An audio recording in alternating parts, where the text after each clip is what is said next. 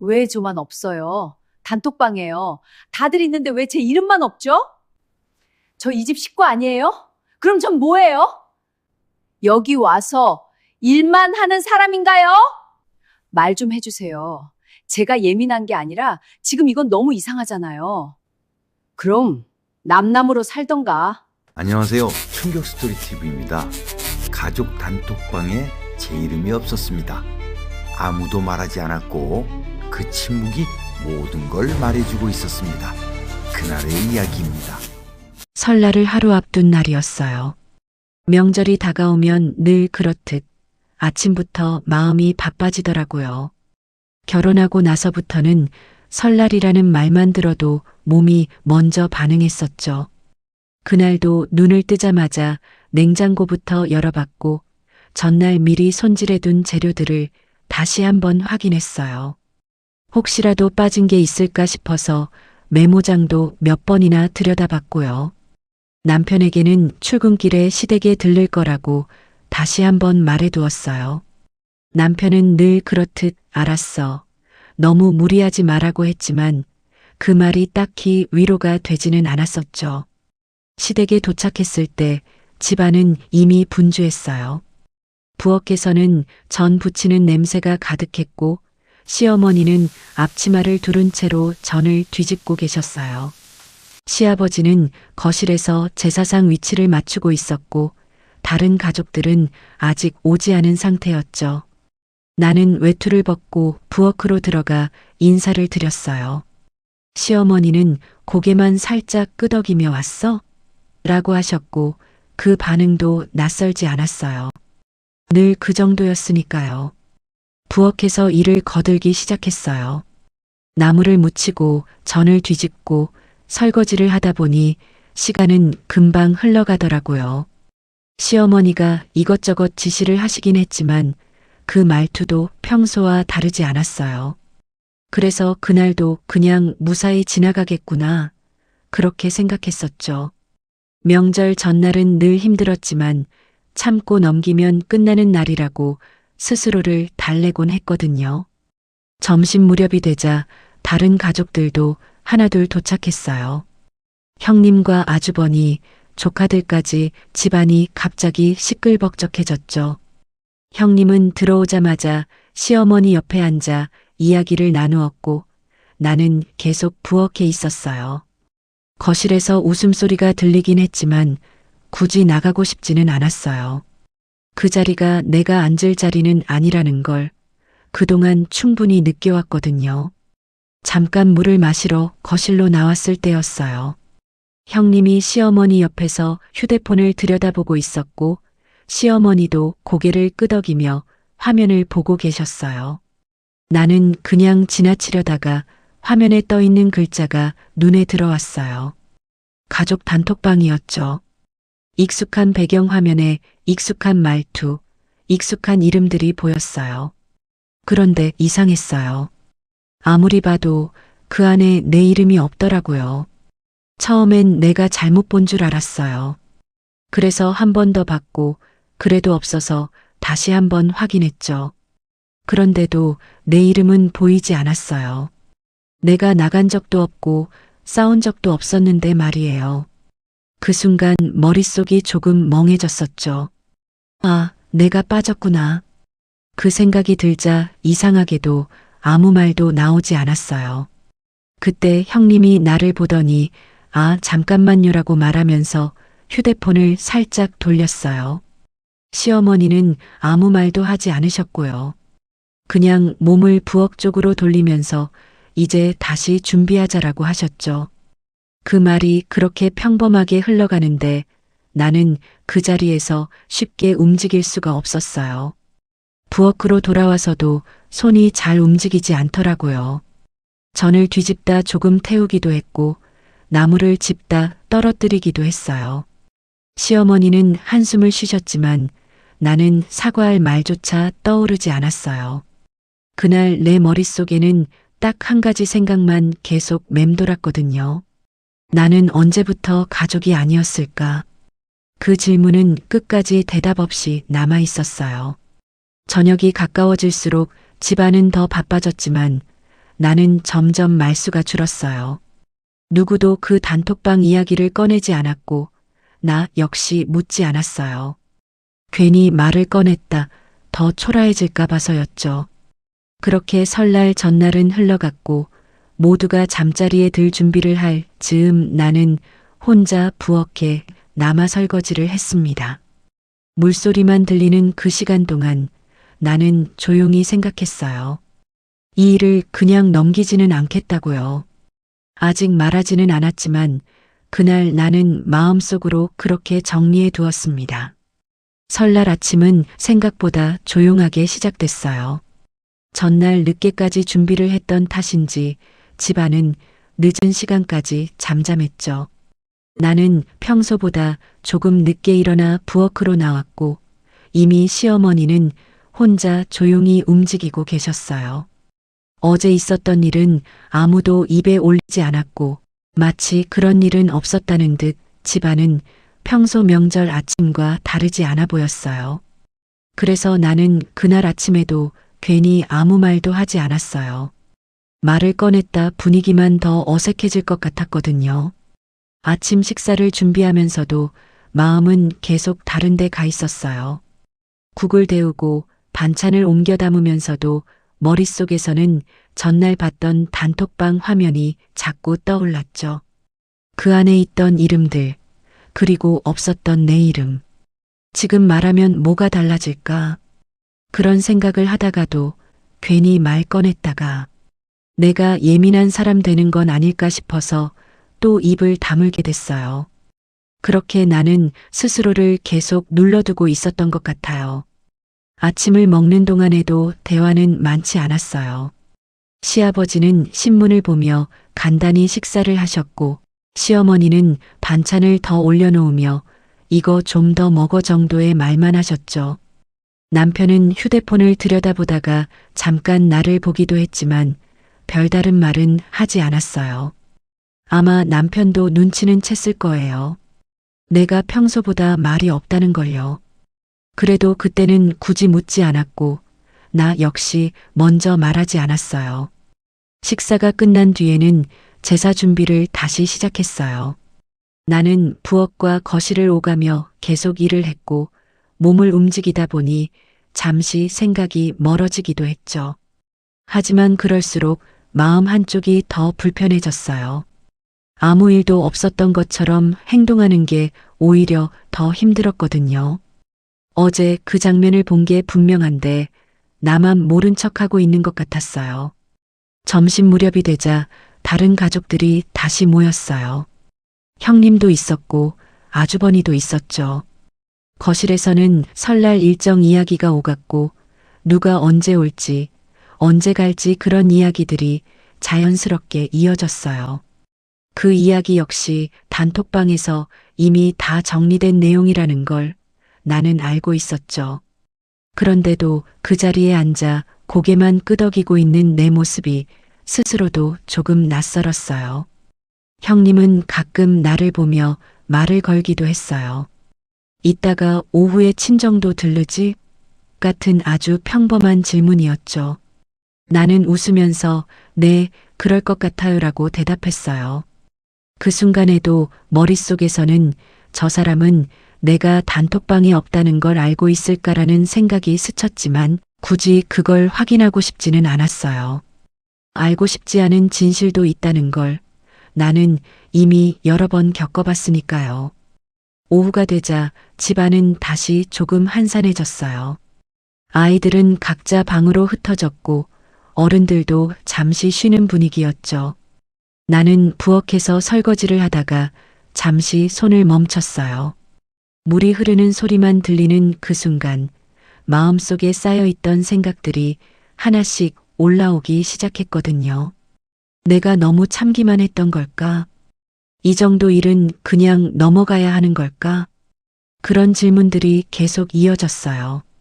그날 밤 모두 잠자리에 들 준비를 할 즈음 남편이 조용히 내 옆에 앉았어요. TV 소리는 작게 틀어져 있었고 집안은 꽤 조용했죠. 남편은 한참을 말없이 앉아 있다가 조심스럽게 물었어요. 당신 무슨 일 있어? 그 질문을 듣는 순간 나는 잠깐 아무 말도 할 수 없었어요. 너무 많은 말을 삼켜왔던 탓인지 어디서부터 꺼내야 할지도 모르겠더라고요. 나는 잠시 망설이다가 결국 고개를 저었어요. 아니야, 별일 없어. 그렇게 말했지만 그 말이 진심은 아니었어요. 그냥 그날은 더 이상 아무 말도 하고 싶지 않았던 것뿐이었죠.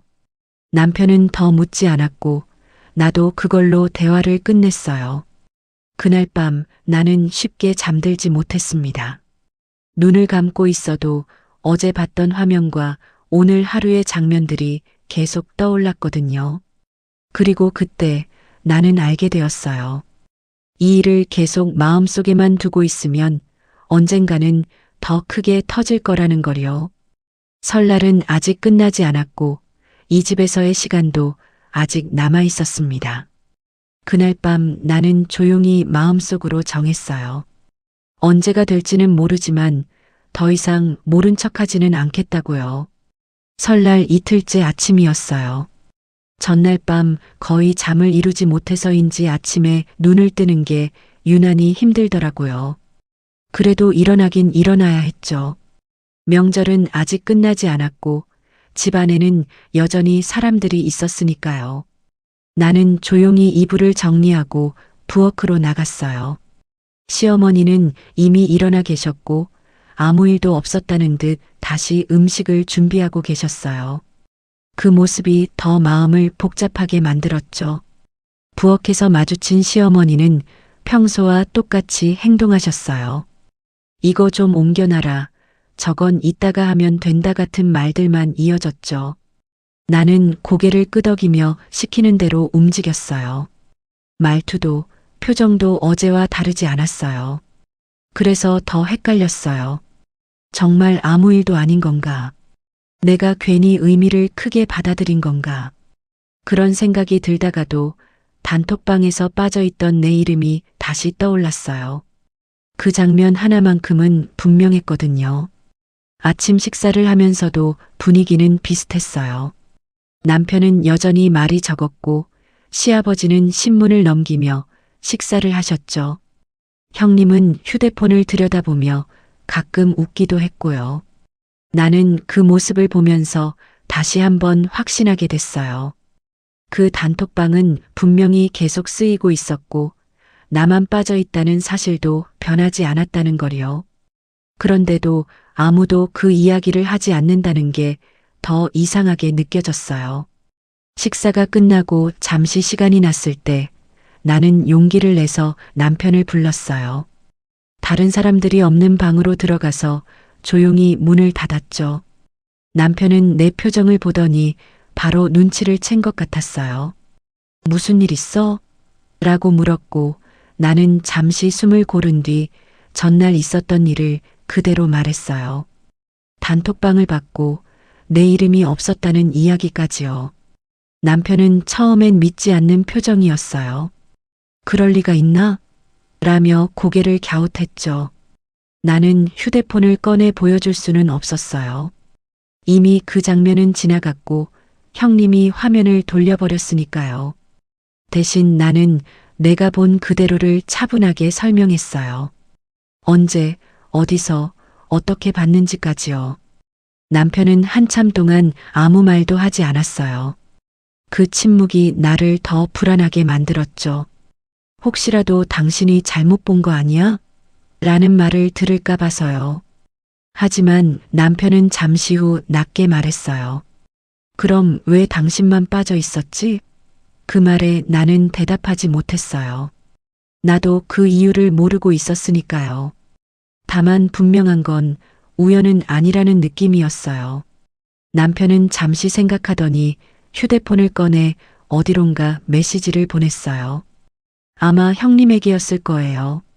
나는 그 모습을 보면서 괜히 가슴이 두근거렸어요. 이제 정말 이 이야기가 꺼내지는구나 싶었거든요. 잠시 후 남편은 휴대폰을 내려놓고 나를 봤어요. 형이랑 형수 단톡방은 따로 있대. 그 말이 나를 더 혼란스럽게 만들었어요. 그럼 내가 본 건 뭐였어? 라고 묻자 남편은 고개를 저었어요. 잘 모르겠어. 나도 확인해 봐야겠어.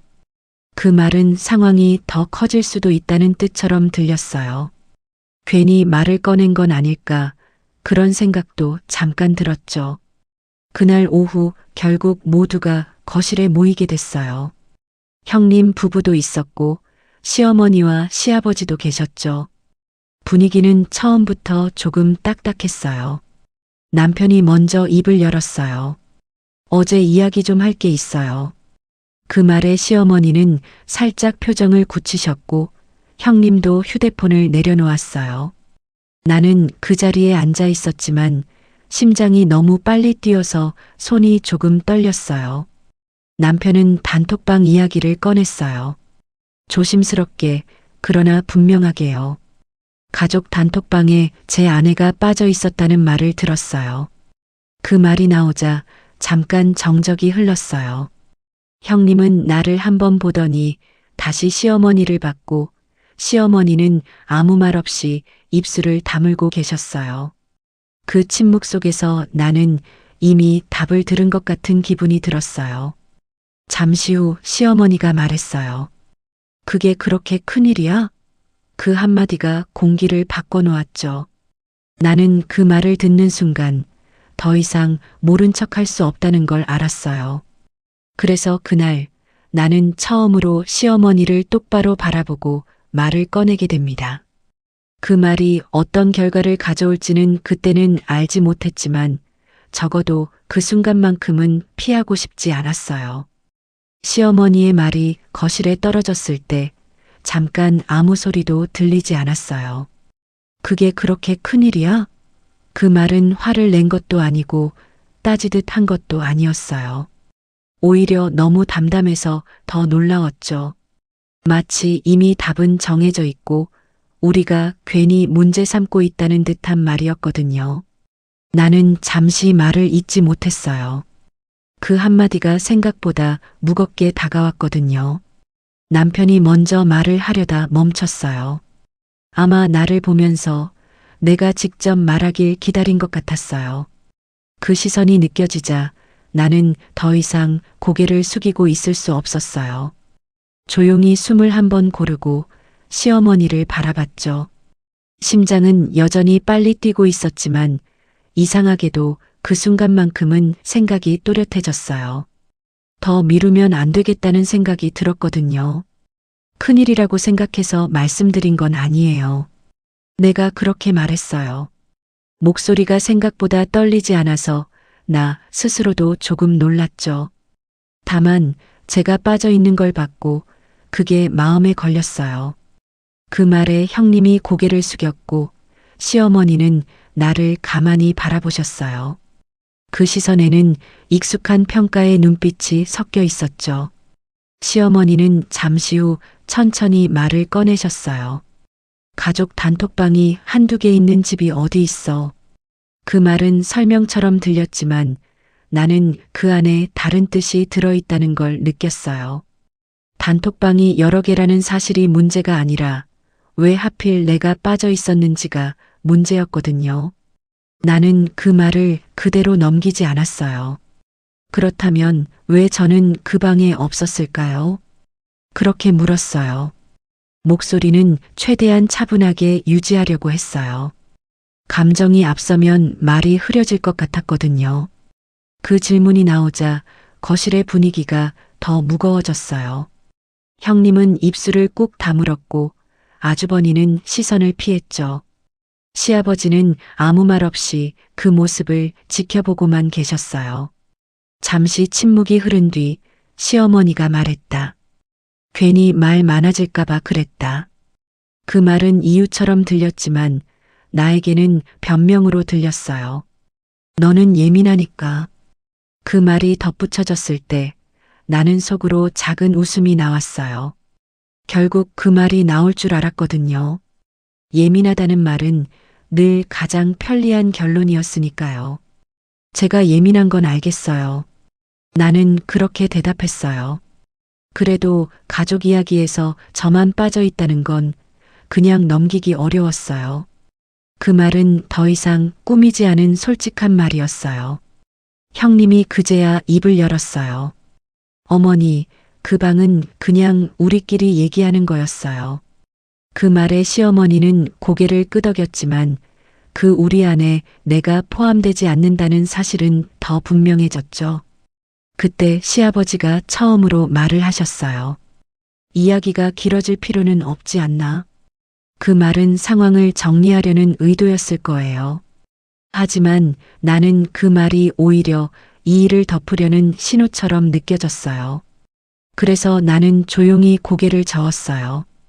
길게 하고 싶은 건 아니에요. 다만 알고 싶었어요. 내 말은 점점 더 단순해졌죠. 남편이 그때 다시 입을 열었어요. 어머니, 이런 식이면 제 아내는 계속 불편할 수밖에 없어요. 그 말에 시어머니의 표정이 굳어졌어요. 아들이 며느리 편을 드는 상황이 마음에 들지 않는다는 게 느껴졌죠. 내가 왜 그렇게까지 나서? 라는 말이 곧바로 이어졌고 그 순간 나는 남편이 어떤 선택을 했는지 분명히 알 수 있었어요. 남편은 한숨을 쉬고 말했다. 지금까지 그냥 넘긴 게 더 문제였던 것 같아요. 그 말은 시어머니에게 한 말이기도 했지만 나에게 하는 말처럼 들리기도 했어요. 그 말에 나는 더 이상 말을 보태지 않았어요. 이미 충분히 말했으니까요. 대신 조용히 그 자리에 앉아 상황을 지켜봤어요. 그날의 대화는 명확한 결론 없이 끝났어요. 사과도 없었고 명확한 해명도 없었죠. 다만 한 가지는 분명해졌어요. 내가 느꼈던 불편함이 틀린 게 아니라는 것, 그리고 이 집에서의 내 위치가 생각보다 분명하다는 사실이었어요. 그걸 깨닫는 데까지 설날 이틀이 걸렸다는 게 조금 씁쓸했지만 동시에 마음 한쪽이 이상하게 가벼워졌어요. 그날 밤 나는 다시 한번 스스로에게 물었어요.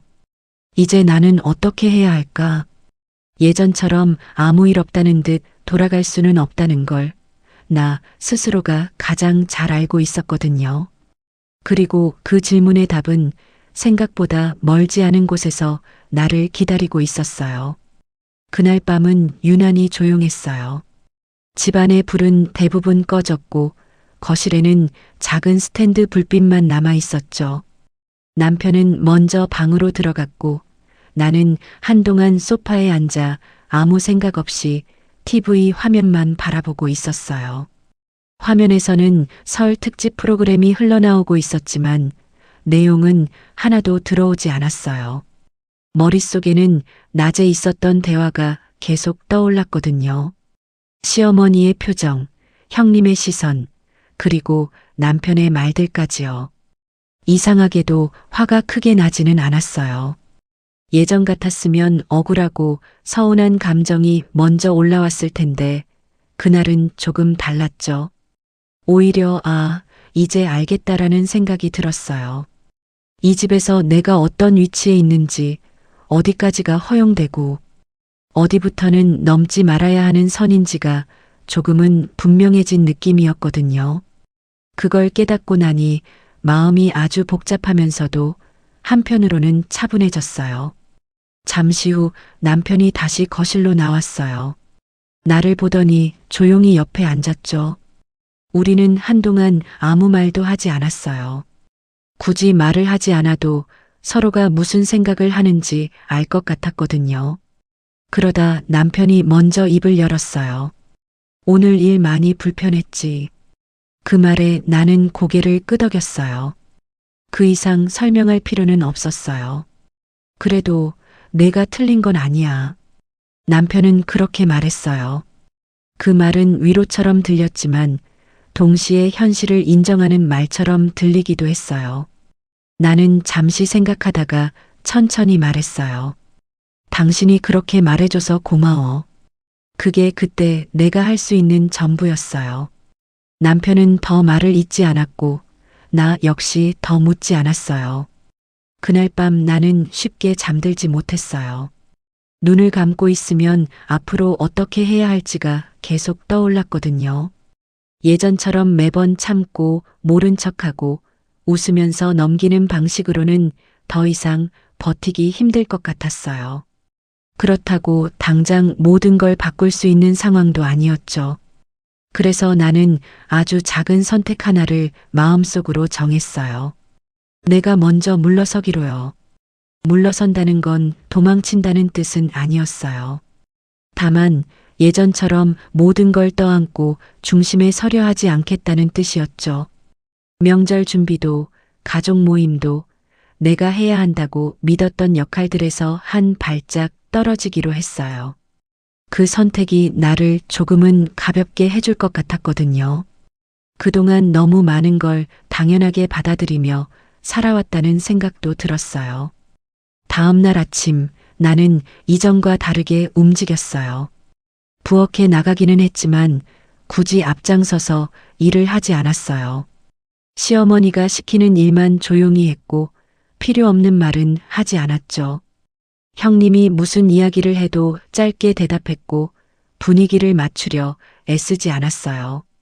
그 변화는 크지 않았지만 나에게는 분명한 차이였어요. 시어머니는 그 변화를 금방 눈치채신 것 같았어요. 몇 번이나 나를 힐끗 보셨고 오늘은 좀 쉬어라라는 말도 하셨어요.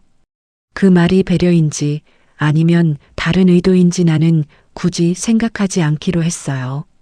중요한 건 내가 더 이상 그 말에 마음을 흔들리지 않았다는 거였어요.